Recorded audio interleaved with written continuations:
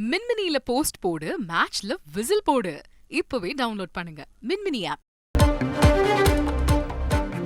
சீமானின் சின்னம் என்ன என்று தொடர்ந்து போஸ்டர் ஒட்டி வந்த சூழல்ல சீமானுக்கு கரும்பு விவசாயி சின்னத்திற்கு பதிலாக மைக் சின்னம் வழங்கப்பட்டிருக்கிறது. தேர்தல் ஆணையம் மைக் சின்னத்தை வழங்கியிருக்கிறது. செய்தியாளர் பாஸ்கர் கூடுதல் விவரத்தோடு இணைகிறார். பாஸ்கர், சீமான் கட்சிக்கு நாம் தமிழருக்கு மைக் சின்னம் வழங்கப்பட்டிருக்கிறது, கூடுதல் விவரங்கள் என்ன?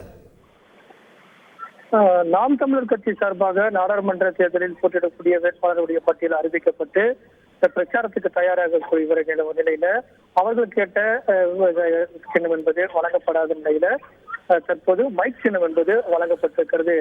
ஏற்கனவே நாங்கள் எடுத்த சின்னம் வேறு கட்சிக்கு ஒதுக்கப்பட்டிருக்கிறது. நாங்கள் முன்வைத்த சின்னமும் வழங்கப்படவில்லை.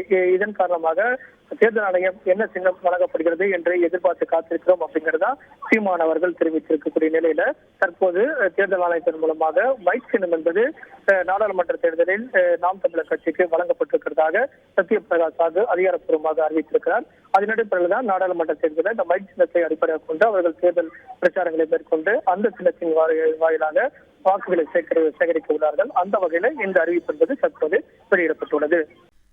மின்மினியில போஸ்ட் போடு, மேட்ச்ல விசில் போடு. இப்பவே டவுன்லோட் பண்ணுங்க மின்மினி ஆப்.